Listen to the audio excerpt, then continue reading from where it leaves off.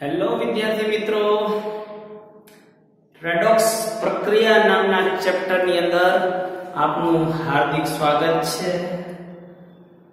આ ચેપ્ટરના અમુક ઓક્સિડેશન આંક શોધવામાં બંધારણની ખૂબ જ જરૂર પડે છે, પરંતુ હું તમને અહીંયા એવી એક ટ્રીક આપવા જઈ રહ્યો છું કે જેના દ્વારા તમે બંધારણમાં શું હોઈ શકે તે તમે કહી શકો। બરાબર છે। અહીંયા મેં લીધું છે પર nitric acid HNO4 HNO3 nitric acid છે, આને કહેવાય પરઓક્સી નાઇટ્રિક એસિડ। પરઓક્સી એક ઓક્સિજન વધારે છે એટલે શબ્દ વાપરો પરઓક્સી નાઇટ્રિક એસિડ। તો મિત્રો અહીંયા નાઇટ્રોજનનો ઓક્સિડેશન આંક શોધવો છે આપણે। નાઇટ્રોજનનો +1 નાઇટ્રોજનનો X ઓક્સિજનનો -2 * 4 = 0। ओके, -8 + 1 = 0, -7 સામે ગયા તો +7। હવે મિત્રો વિચાર કરો, નાઇટ્રોજન આપણો નાઇટ્રોજન એટલે નાઇટ્રોજન ઓક્સિજન ફ્લોરિન, આ 17 નંબરનો સમૂહ છે, 16 નંબરનો અને 15 નંબરનો। મહત્તમ ઓક્સિડેશન આંક સમૂહ ક્રમાંક -10, 15 માંથી 10 જાય તો આની મેક્સિમમ ઓક્સિડેશન અવસ્થા +5 હોઈ શકે, +7 હોઈ શકે નહીં। બરાબર સમજો। વિશેષ ઓક્સિડેશન આંક જોવા જઈ રહ્યા છે, અપવાદ કેવા હોય તો કહી શકાય, પરંતુ એને સમજી લો કે ભાઈ +7 શક્ય નથી। તમે આ રેગ્યુલર રીતથી શોધ્યા, પણ નાઇટ્રોજનનો મેક્સિમમ +5 હોઈ શકે, +7 હોય નહીં। એવી રીતે ઓક્સિજનનો અહીં હું લખું છું મહત્તમ ઓક્સિડેશન આંક। આનો મહત્તમ ઓક્સિડેશન આંક 5 હોઈ શકે, આનો મહત્તમ ઓક્સિડેશન આંક 6 હોઈ શકે, આનો મહત્તમ ઓક્સિડેશન આંક 7 હોઈ શકે, અને ઝેનોન છે જેનો મહત્તમ ઓક્સિડેશન આંક 8, એટલે કે 18મા સમૂહમાં એક ઝેનોન એવો છે જે પ્રક્રિયા કરે છે, સંયોજન આપે છે, જેનો મહત્તમ ઓક્સિડેશન આંક 8 હોઈ શકે છે। એટલે આ તમે ઓક્સિડેશન આંક નાઇટ્રોજનનો +7 શોધ્યો તે રોંગ છે, અહીંથી તમને ખબર પડી। આ બરાબર સમજી લીધો તમે? યસ, આ તમારા માટે ટ્રીક છે। એનો મતલબ એવો થયો કે અહીંયા જે ઓક્સિજન છે તે પેરોક્સાઇડ તરીકે હોઈ શકે છે, ભલે એનું બંધારણ તમને નથી ખબર, તો હું પહેલા ટ્રાય કરું HNO2 અને આ બે ઓક્સિજનને જુદા લખું, જે પેરોક્સાઇડ છે। શું છે? પેરોક્સાઇડ છે પેલા, કારણ કે પેરોક્સાઇડ બંધ બે ઓક્સિજન વચ્ચે હોય તો ટોટલ HNO4 જ છે। હવે નાઇટ્રોજનનો ઓક્સિડેશન આંક શોધો। નાઇટ્રોજનનો +1 નાઇટ્રોજનનો X ઓક્સિજનનો -2, આ પેરોક્સાઇડના ઓક્સિજનનો -1, પેરોક્સાઇડના ઓક્સિજનનો -1 બરાબર છે। આપણે જોયું હતું પેરોક્સાઇડનો ઓક્સિજન જેનો ઓક્સિડેશન આંક -1 છે, 2 છે, 2 * -1 = 0। જોઈ લઈએ, +1 + X -4 -2 = 0। -6 માંથી 1 ગયો તો -5, સામે ગયા તો +5। યસ, તો સાચો નાઇટ્રોજનનો ઓક્સિડેશન આંક છે 5। પણ તમને કેમ ખબર પડી કે આ બે ઓક્સિજન પેરોક્સાઇડ છે? બંધારણ તમે નથી જાણતા। નાઇટ્રોજનની અંદર નાઇટ્રોજનમાં બે ઓક્સિજન પેરોક્સાઇડ તરીકે જોડાયેલા છે, એક OH તરીકે છે, 3 ને હજી એક ઓક્સિજન બાકી છે, ડબલ બંધ O। યસ, ડબલ બંધ O હોઈ શકે છે, અને અહીંયા હાઇડ્રોજન બતાવી શકો તો આ જે બંધ છે નાઇટ્રોજનના એ પેરોક્સાઇડ છે। શું છે? પેરોક્સાઇડ બંધ છે। 2 4 અને 5 બંધ નાઇટ્રોજનના। 5 નાઇટ્રોજનની સંયોજકતા 5 મિત્રો શક્ય નથી, કારણ કે એમાં d ઓર્બિટલ નથી। તો અહીંયા તમે એનું બંધારણમાં ડબલ બંધ O, સિંગલ બંધ OH, HNO4 અને ઓક્સિજન પેરોક્સાઇડ બંધ હોઈ શકે, ઓક્સિજન પેરોક્સાઇડ બંધ હોઈ શકે છે જ, એ તો અહીંથી તમને ખબર પડી ગઈ છે। તો તમે મિત્રો આવી રીતે એના વિશે સમજાવી શકો છો, ભલે એનું બંધારણ ન જાણતા હોય, એના બંધારણ સાથે આપણને કાંઈ છતાં પણ તમે એનો ઓક્સિડેશનાંક કહી શકો છો. એવું કે બીજું એક ઉદાહરણ લઈએ H2SO4 ની જગ્યાએ લઈએ H2SO5. આને કહેવાય પેરોક્સી અથવા પરોક્સી સલ્ફ્યુરિક એસિડ. પરોક્સી સલ્ફ્યુરિક એસિડ જેનું બીજું નામ છે કેરોસ એસિડ. શું નામ છે મિત્રો? કેરોસ એસિડ. આના તમારે ધ્યાનમાં રાખવાનું છે. હું સલ્ફરનો રેગ્યુલર ઓક્સિડેશનાંક શોધું. હાઇડ્રોજનનો +1 * 2 +2, સલ્ફરનો એક ઓક્સિજનનો -2 * 5 એટલે -10. સ્ટેપ કાપી નાખું છું, તમે જાણો છો એટલા માટે. -8 સામે ગયા તો +8. વિચાર કરો, સલ્ફરનો +8 ઓક્સિડેશન શક્ય છે. સલ્ફર કયા સમૂહમાં આવે? તો સલ્ફર આવશે અહીંયા આ સમૂહની અંદર oxygen, sulphur, selenium, tellurium. સલ્ફરનો +8 oxidation શક્ય છે નહીં. ખોટો, મતલબ +8 ખોટો છે. તો હું એક ઓક્સિજનને એની અંદર લઈ લઉં પરોક્સી તરીકે H2SO3 અને આ મોટું બતાવે છે પેરોક્સાઇડના. શું બતાવે છે મિત્રો? પેરોક્સાઇડ બંધ કે જેની અંદર ઓક્સિજનનો ઓક્સિડેશનાંક -1 છે. ઓકે, હવે ગણીએ આનો x -6, આનો -1 * 2 એટલે -2. બરાબર સમજી ગયા? પેરોક્સાઇડમાં ઓક્સિજનનો -2 છે. યસ, +2 -2 ગયા સામે ગયા તો +6. જો મિત્રો સલ્ફરનો +6 હોઈ શકે. યસ, રાઈટ છે. ના હોય તો હજી એક પદ વધારી દો કે જેથી તમે કહી શકો કે H2SO4, H2SO5 કેરોસ એસિડ, જેનું નામ છે કેરોસ એસિડ. પૂછાઈ શકે છે. બરાબર ધ્યાનમાં રાખો. પરોક્સી સલ્ફ્યુરિક એસિડ. હજી 2-3 પ્રેક્ટિસ કરીએ કે જેથી તમે કહી શકો. મિત્રો આ જે પોઈન્ટ છે તે મોટા ભાગના લોકોના ધ્યાનમાં આવતો નથી. તમને આ સ્પેસિફિક પોઈન્ટ તમારા માટે ઘણું બધું રિસર્ચ કર્યા પછી તેને શોધ્યો છે અભ્યાસના અંતે. યસ, ત્યાર પછી લઈએ ડાયસલ્ફ્યુરિક એસિડ. તો પેરોક્સી ડાયસલ્ફ્યુરિક એસિડ O4OH H2S2 પરોક્સી ડાયસલ્ફ્યુરિક H2S2O8. આનું નામ છે પરોક્સી ડાયસલ્ફ્યુરિક એસિડ. ડાયસલ્ફ્યુરિક એસિડ H2SO4, 2 H2SO4 ભેગા થઈ H2 ના H2 જ રાખેલા છે. ઓકે, તો આ છે પરોક્સી ડાયસલ્ફ્યુરિક એસિડ. આનું બીજું નામ છે માર્શલ એસિડ. આ નામ તમારે ધ્યાનમાં રાખવાનું છે. માર્શલ એસિડમાં સલ્ફરનો ઓક્સિડેશનાંક શોધીએ આપણે. હાઇડ્રોજનનો +1 * 2, સલ્ફરના 2x, ઓક્સિજનનો -8 * 16 બરાબર 0. 2x બરાબર -14. ઓકે, x બરાબર 14/2 એટલે 7. સલ્ફરનો 7 આવ્યો. વિચાર કરો મિત્રો, સલ્ફરનો 7 ઓક્સિડેશનાંક હોઈ શકે નહીં. મતલબ આ ઓક્સિડેશનાંક ખોટો છે. એનો મતલબ થયો કે બધા ઓક્સિજન ઓક્સાઇડ તરીકે નથી. એમાંથી 2 ઓક્સિજનને હું પેરોક્સાઇડ તરીકે બતાવી દઉં. Okay, yes.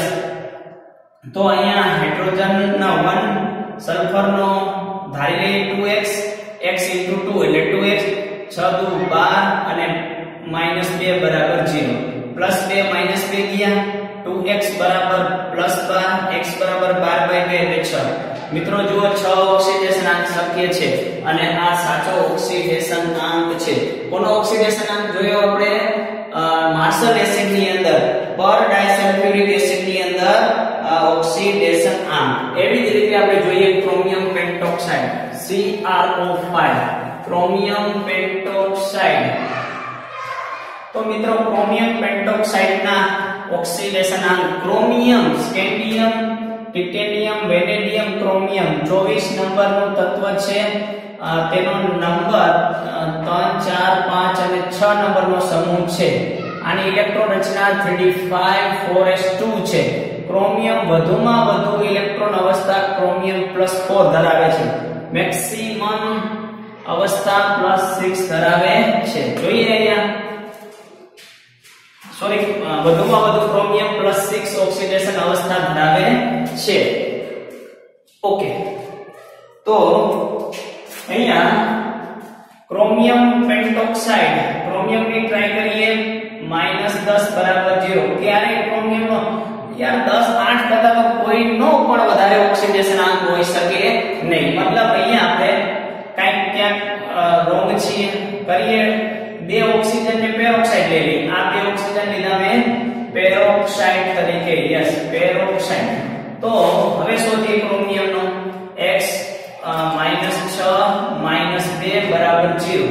x બરાબર 8. મિત્રો 8 પણ ક્રોમિયમનો ઓક્સિડેશન 8 માત્ર 18મા સમૂહના તત્વમાં ઝેનોનનો 8 શક્ય છે. બીજા કોઈનો ઓક્સિડેશન અવસ્થા 8 શક્ય નથી. તો આ પણ આપણું સ્ટ્રક્ચર ખોટું થશે. હજી બે ઓક્સિજન, કારણ કે બે ઓક્સિજન વધે, પેરોક્સાઇડ બંધ ઓક્સિજન વચ્ચે CrO O2 અથવા O4 કરી દો. O4 મતલબ આ ચારે ચાર કેવા પેરોક્સાઇડ. યસ, ક્રોમિયમનો X, ઓક્સિજનનો -2. અહીંયા ઓક્સિજન છે પેરોક્સાઇડ, જેનો આપણે -1 લઈએ છીએ. તો જોઈએ, કેલ્ક્યુલેશન કરીએ. -1 એટલે -4, -6 એટલે +6. યસ, ક્રોમિયમનો +6 ઓક્સિડેશનાંક, મહત્તમ ઓક્સિડેશનાંક +6 હોઈ શકે છે. તો આના ઉપરથી મારે એનું બંધારણ લખવું હોય ક્રોમિયમ પેન્ટોક્સાઇડનું, તો લખી શકીએ છીએ ક્રોમિયમ પેન્ટોક્સાઇડ કે જેની અંદર 4 ઓક્સિજન કેવા છે, પેરોક્સાઇડ બંધ ધરાવે છે. 4 ઓક્સિજન પેરોક્સાઇડ બંધ ધરાવે છે. તો પેરોક્સાઇડ બંધ કોને કહેવાય? ઓક્સિજન વચ્ચે બંધ હોય એને પેરોક્સાઇડ કહી શકાય. તો અહીંયા 4 ઓક્સિજનમાં પેરોક્સાઇડ બંધ જોઈ શકો છો તમે, અને એક ઓક્સિજન ડબલ બંધથી જોડા. ક્રોમિયમ પેન્ટોક્સાઇડ નું બંધારણ છે. તો મિત્રો આવા વિશેષ બંધારણો છે કે જેની અંદર પેરોક્સાઇડ બંધ હોય તો ખાસ ધ્યાનમાં રાખવાના છે. જો એના માટે તમને મેં ટ્રીક આપેલી છે કે એનો મહત્તમ ઓક્સિડેશનાંક એના સમૂહ ક્રમાંકમાંથી 10 બાદ કરો, એથી વધુ ન હોવો જોઈએ. એટલે કે નાઇટ્રોજનનો 5 થી વધુ નહીં, ઓક્સિજન સલ્ફર સેલેનિયમનો 6 થી વધુ નહીં, ફ્લોરિનનો 7 થી, ફ્લોરિનનો તો ક્યારેય ન હોય ધન, પણ ક્લોરિન બ્રોમિન આયોડિન ના હોઈ શકે છે. ઝેનોનનો 8, એનાથી વધુ ન હોઈ શકે. 8 થી કોઈના પણ વધારે હોય નહીં. તો એનો મતલબ કે એની અંદર પેરોક્સાઇડ બંધ આવેલો છે. આપણે H2SO5 નું બંધારણ હમણાં જોયું કે જે તમારું હતું પરઓક્સી સલ્ફ્યુરિક એસિડ. તો સલ્ફ્યુરિક એસિડ ની અંદર અહીંયા 2 OH છે. તો અહીંયા એક OH અને આ બીજો OH. ઓકે, હવે બાકીનો જે સલ્ફરનો એક બંધ છે. યસ, તો અહીંયા પેરોક્સાઇડ બંધ છે, તમે જોઈ શકો છો. આ સલ્ફ્યુરિકમાં પેરોક્સાઇડ બંધ છે અને આ બાકીના બંધ છે. સલ્ફરમાં 6 બંધ હોઈ શકે છે, કારણ કે એમાં D ખાલી કક્ષક D પડેલી છે, જ્યારે ઓક્સિજનમાં ક્યારે 6 બંધ હોઈ શકે નહીં. તો આ H2SO5 નું બંધારણ છે. એવી જ રીતે અહીંયા H2H2O8 નું બંધારણ બનાવી દઈએ. સલ્ફર છે, યસ, અને OH. ગણતરી કરી લો. 2 સલ્ફર, 3 ને 3 6 ને 2 8 ઓક્સિજન, કે જેની અંદર આ 2 ઓક્સિજન કેવો બંધ છે? પેરોક્સાઇડ બંધ ધરાવે છે માર્શલ એસિડ ની અંદર. તો ખાસ કરીને આવા કે જેની અંદર પેરોક્સાઇડ લિંકેજ છે, પેરોક્સાઇડ બંધ છે, તેના ઓક્સિડેશન આંક લખતી વખતે ખાસ ધ્યાનમાં રાખવાનું છે. નવી CBSE ની જે બુક છે એની અંદર આના પર ફોકસ કરેલું નથી, પરંતુ એના ઉપર ફોકસ કરવું જરૂરી જણાયું, એટલા માટે મેં આ સ્પેશિયલ લેક્ચર લીધેલો છે. સાથે સાથે થોડી વાત કરી લઈએ સ્ટોક નોટેશન પદ્ધતિ. સ્ટોક નોટેશન પદ્ધતિ. તો આ સ્ટોક નોટેશન પદ્ધતિ શું છે? દાખલા તરીકે ઘણી વખત સ્ટેનસ ક્લોરાઇડ અને લખ્યું સ્ટેનિક ક્લોરાઇડ. તો મિત્રો આ અસ છે તે ઓછી ઓક્સિડેશન અવસ્થા બતાવે છે, અને આ ઇક છે સ્ટેનિક અને સ્ટેનસ અને સ્ટેનિક ઇક જે બતાવે છે તે વધુ ઓક્સિડેશન અવસ્થા બતાવે છે. હવે આમાં મારે SnCl2 લખવું કે અહીંયા SnCl3 લખવું, એક પ્રશ્ન છે. એટલે સ્ટોક નોટેશન પદ્ધતિ પ્રમાણે બંનેને સ્ટેનસ ક્લોરાઇડ કહેવાનું, પરંતુ ધાતુ પછી તેનો ઓક્સિડેશન આંક લખવો. તો અહીંયા સ્ટેનસ નો ઓક્સિડેશન આંક કેટલો થશે?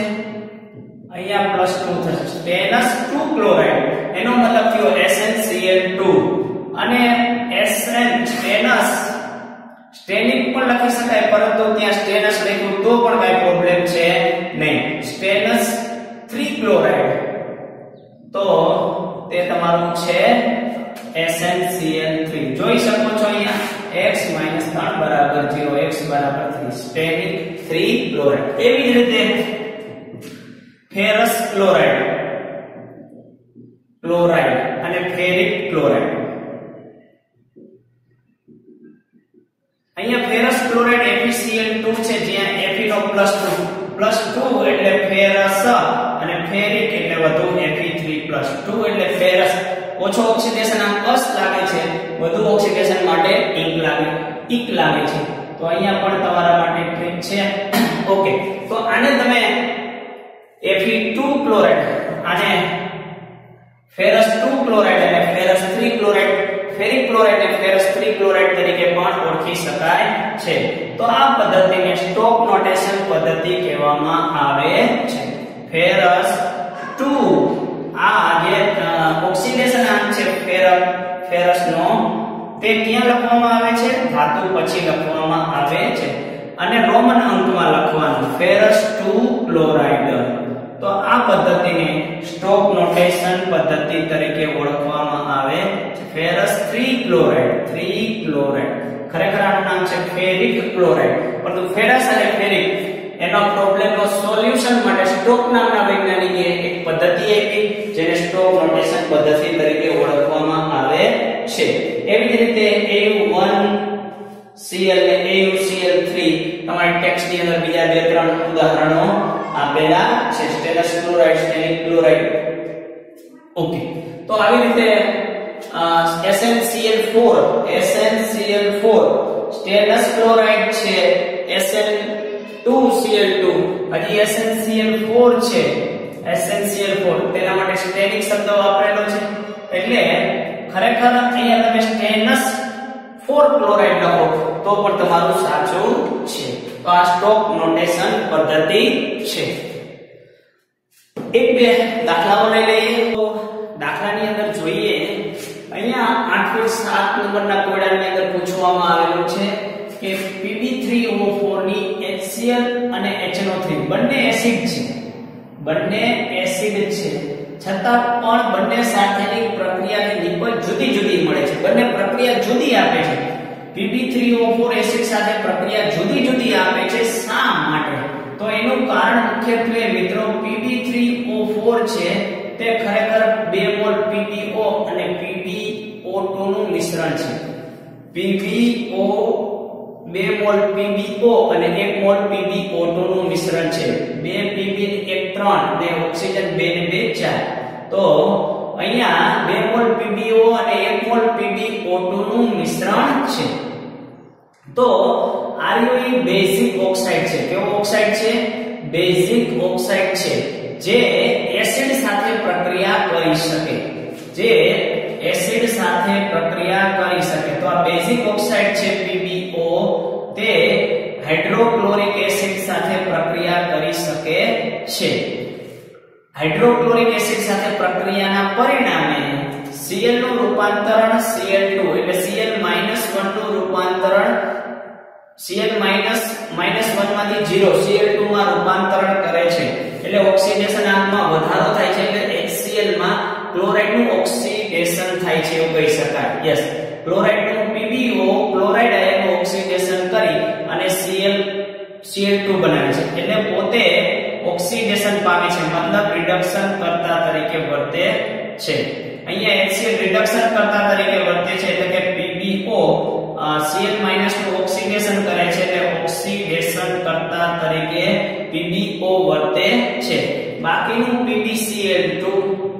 PbCl2 અહીંયા હું 4 મોલ લઈ લઉં તો 2 મોલ પાણીના છૂટા પાડું 2H2O બાકીની પ્રક્રિયા બેલેન્સ થઈ ગઈ છે PbCl2 Cl2 2H2O જોઈ લો 4 હાઇડ્રોજન બરાબર છે 2 ઓક્સિજન બરાબર છે ઓકે તો અહીંયા આવી રીતે બેઝિક ઓક્સાઇડ એસિડ સાથે પ્રક્રિયા આપે છે કારણ કે PbO ઓક્સિડેશન કરતા તરીકે વર્તે છે તે બેઝિક ઓક્સાઇડ છે કેવો છે બેઝિક ઓક્સાઇડ છે તેથી એસિડ સાથે પ્રક્રિયા કરી અને આવી રીતે પ્રક્રિયા આપે છે હવે આના તમે જોઈ શકો છો Pb+2 છે અહીંયા પણ Pb+2 છે ક્લોરીન -1 માંથી Cl2 થયા તો આવી રીતે એસિડ બેઝની પ્રક્રિયા આપે એસિડ બેઝની પ્રક્રિયા આપે છે બાકી વધ્યો 1 મોલ PbO2 તે બાકી વધેલા 4 મોલ હાઇડ્રોક્લોરિક એસિડ સાથે પ્રક્રિયા કરી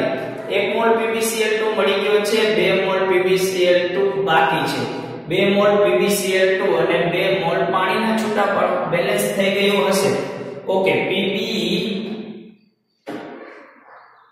PbCl2 સોરી અહીંયા PbCl2 કેટલા મળશે 2 મોલ મળશે ચેક કરો અહીંયા પર બેલેન્સ બાકી છે યસ તો PbCl2 નો 1 મોલ મળી ગયો 4 હાઇડ્રોજન 2H2O ઓકે થઈ ગયું બેલેન્સ બરાબર છે 4 ક્લોરીન તો 2 ક્લોરીન નું બેલેન્સ બાકી છે અહીંયા ક્લોરીન નું બેલેન્સ નહીં હોય 8 તો 3 દુ 6 ને 2 8 ત્યાં બેલેન્સ છે અહીંયા ક્લોરીન 4 તો 2Cl2 તો અહીંયા જ આપણને 2 મોલ Cl2 છૂટા પાડીએ યસ 2 દુ 4 4 ને 4 8 અહીંયા 4 યસ અહીં ખાલી તમે જોઈ શકો છો કે PbCl2 અને 2 મોલ H2O અહીંયા PbO2 જે છે તે એસિડ સાથે પ્રક્રિયા કરે છે એસિડ બેઝની પ્રક્રિયા આપે છે ઓક્સિડેશન નથી થતું એટલે Pb માંથી PbCl2 એટલે 2 ને 2 4 ક્લોરીન થઈ ગયા 2 મોલ H2O થઈ ગયા છે ઓકે અહીંયા આપણને Cl2 આપે છે Pb ની PbCl2 Cl2 2 mall H2O yes તો આ પ્રક્રિયા રેડોક્સ પ્રક્રિયા છે જોઈ શકો છો તમે PbO2 અહીંયા Pb નો કેટલો છે ઓક્સિડેશન +4 અહીંયા +2 અહીંયા ક્લોરીન -1 0 તો આ જે છે તે રેડોક્સ પ્રક્રિયા છે PbO2 હાઇડ્રોક્લોરિક એસિડ અહીંયા હાઇડ્રોક્લોરિક એસિડ નું સમજો બરાબર આ જે પ્રક્રિયા છે તે માત્ર એસિડ બેઝની પ્રક્રિયા છે પરંતુ આ નીચેની પ્રક્રિયા છે તે રેડોક્સ પ્રક્રિયા છે એને સમજો બરાબર યસ અહીંયા Cl2 નથી બનતો PbO બેઝિક ઓક્સાઇડ છે એટલે એસિડ સાથે પ્રક્રિયા કરે છે એસિડ બેઝની પ્રક્રિયા છે જ્યારે આ રેડોક્સ પ્રક્રિયા છે બરાબર સમજો અહીંયા +4 માંથી +2 થયો અહીંયા -1 માંથી 0 થયો તો આ PbO2 છે લેડ ડાયોક્સાઇડ છે તે Cl -1 માંથી Cl2 થયો એટલે કે HCl માં ક્લોરાઇડ આયન શું થયું ઓક્સિડેશન થયું એટલે PbO2 કેના તરીકે વર્તે છે ઓક્સિડેશન કરતા તરીકે વર્તે છે એટલે આ પ્રક્રિયાની અંદર આ ટાઈપનું બને છે હવે આપણે જોઈએ Pb3O4 ની HNO3 સાથેની પ્રક્રિયા સેમ PbO તો HNO3 સાથેની પ્રક્રિયામાં HNO3 ખુદ PbO2 HNO3 સાથે રેડોક્સ પ્રક્રિયા આપતું નથી શા માટે નથી આપતું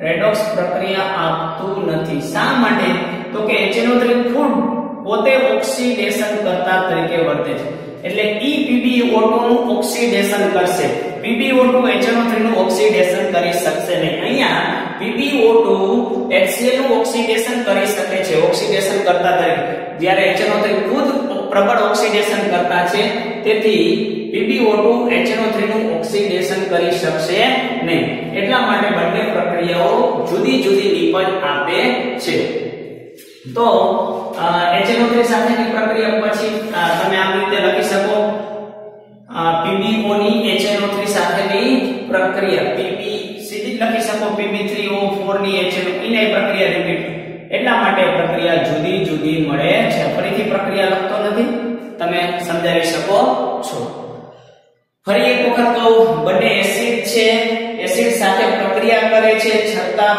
પણ જુદી જુદી પ્રક્રિયા આપે છે એનું કારણ શું છે તો કે PbO2 HNO3 સાથે પ્રક્રિયા કરતો નથી. PbO કરી શકે. અહીંયા તમારે PbO ની પ્રક્રિયા લખવી હોય HNO3 સાથેની તો એમાંથી PbNO3 ટ્વાઇસ મળશે. NO3 twice. Pb ના 2 મોલ લઈ લો તો અહીંયા 2 મોલ મળી શકે. અહીંયા 4 મોલ લઈ લ્યો, 4 હાઇડ્રોજન એટલે 2 મોલ H2O ના છૂટા પ્રક્રિયા બેલેન્સ થઈ ગઈ. આ પ્રક્રિયા આપે છે પણ આ પ્રક્રિયા કેવી છે? એસિડ બેઝ પ્રક્રિયા છે. રેડોક્સ પ્રક્રિયા આપતું નથી. અહીંયા Pb+2 છે, અહીંયા Pb+2 છે. નાઇટ્રોજન પણ સેમ છે, એસિડ બેઝ પ્રક્રિયા આપે છે. એટલા માટે HCl સાથે એસિડ બેઝ ની પ્રક્રિયા ઉપરાંત રેડોક્સ પ્રક્રિયા પણ આપે છે. જ્યારે HNO3 સાથે HNO3 ખુદ રબર ઓક્સિડેશન કરતા હોવાના કારણે PbO2 HNO3 નું ઓક્સિડેશન કરી શકતું નથી. HNO3 PbO2 નું ઓક્સિડેશન કરી નાખે છે. જ્યારે અહીંયા PbO2 HCl નું ઓક્સિડેશન કરે છે, Cl2 માં રૂપાંતર થાય. આમાં Cl2 માં રૂપાંતર થતું નથી. એટલા માટે પ્રક્રિયા જુદી પડે છે. બહુ મજાનો પ્રશ્ન છે, કન્સેપ્ચ્યુઅલ પ્રશ્ન છે. ખાલી પ્રક્રિયા લખવાની છે. એસિડ બેઝની પ્રક્રિયા એટલી ખબર હોવી જોઈએ કે Pb3O4 PbO 2 મોલ PbO અને 1 મોલ PbO2 નો બનેલો છે. HCl માંથી રેડોક્સ પ્રક્રિયામાં Cl માંથી Cl2 એટલે કે Cl નું ઓક્સિડેશન થાય છે. એટલે કે PbO ઓક્સિડેશન કરતા તરીકે PbO2 ઓક્સિડેશન કરતા તરીકે વર્તે છે. યસ. નેક્સ્ટ અહીંયા આપણો પ્રશ્ન છે ClO ClO-, ClO2-, ClO3-, ClO4-. કોણ વિષમીકરણ પામશે નહીં?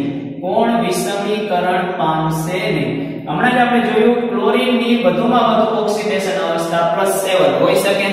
17મો સમૂહ 17 માંથી 10 બાદ કરો 10 + 7 હોઈ શકે છે. હવે હું બધાના ઓક્સિડેશન આમ અહીં લખું. ક્લોરીન નો કેટલો થશે? -2 એટલે અહીંયા થશે +1, 4 અહીંયા થશે +3, અહીંયા થશે +5 અને અહીંયા થશે +7. હવે પ્રશ્ન છે વિષમીકરણ કોને કહેવાય? તો વિષમીકરણની અંદર એના કરતા ઊંચો ઓક્સિડેશન આંક પણ હોય અને નીચો ઓક્સિડેશન આંક પણ હોય. હવે +1 થી ઊંચો ઓક્સિડેશન આંક શક્ય છે અને Cl -1 હોય તો એમાં -1 ઓક્સિડેશન આંક પણ શક્ય છે. દાખલા તરીકે ClO- એમાંથી આપણે Cl -1 બનાવી દઈએ, ClO3 બનાવી દઈએ તો Cl નો અહીંયા ઓક્સિડેશન આંક +1 છે, એમાંથી -1 પણ બન્યો અને +5 પણ બન્યો. મતલબ વિષમીકરણની પ્રક્રિયા આપે છે. બેલેન્સ કરવું હોય તો તમે કરી શકો છો. ClO2- છે એમાં પણ તમે વિષમીકરણની પ્રક્રિયા કરી શકો છો. Cl- અને ClO3- આપે છે. ClO3- છે તે Cl- અને ClO4- આપે છે. પરંતુ ClO4- મિત્રો Cl- આપી શકે પણ એથી વધુ Cl- આપી શકે પરંતુ એથી વધુ ઓક્સિડેશન આ +7 થી શક્ય છે નહીં. એટલે આ વિષમીકરણની આ ClO4- વિષમીકરણ બતાવશે નહીં. બેલેન્સ કરવું હોય તો તમે બેલેન્સ કરી શકો છો. અહીંયા 3 મોલ છે તો આ 2 મોલ લઈ લો. 2 ને 3 યસ -3 વીજભાર પણ સંતુલિત થઈ ગયો. 2 ને 3 યસ. અહીંયા કરવું છે તમારે બેલેન્સ તો 2 અહીંયા 3 છે તો આના 3 મોલ લઈ લો હું. અહીંયા 2 યસ તો 3 દુ ને 6 3 દુ 6 ક્લોરીન 2 ને 3 બેલેન્સ થઈ ગયું. -3 આ -1 -2 -3 એવી રીતે ClO3 નું પણ તમે બેલેન્સ કરી શકો છો. અલ્ટિમેટ આ ક્વેશ્ચન શું કહેવા માંગે છે? વિષમીકરણ કોણ બતાવશે નહીં?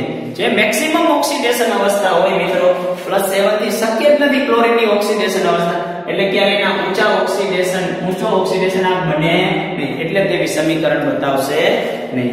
ઓકે વિદ્યાર્થી મિત્રો, હજી આ રેડોક્સ પ્રક્રિયાના 1-2 લેક્ચર લેવાની ગણતરી છે. થોડું ડિટેલમાં ખાસ કરીને જી અને નીટ માટે થોડા વધારે ડિટેલમાં ઉતરવાનો પ્રયત્ન કરશું. પરંતુ રેડોક્સ પ્રક્રિયાની જે બેલેન્સ કરવાની પ્રેક્ટિસ છે એ તમારે કરવાની છે. Thank you very much.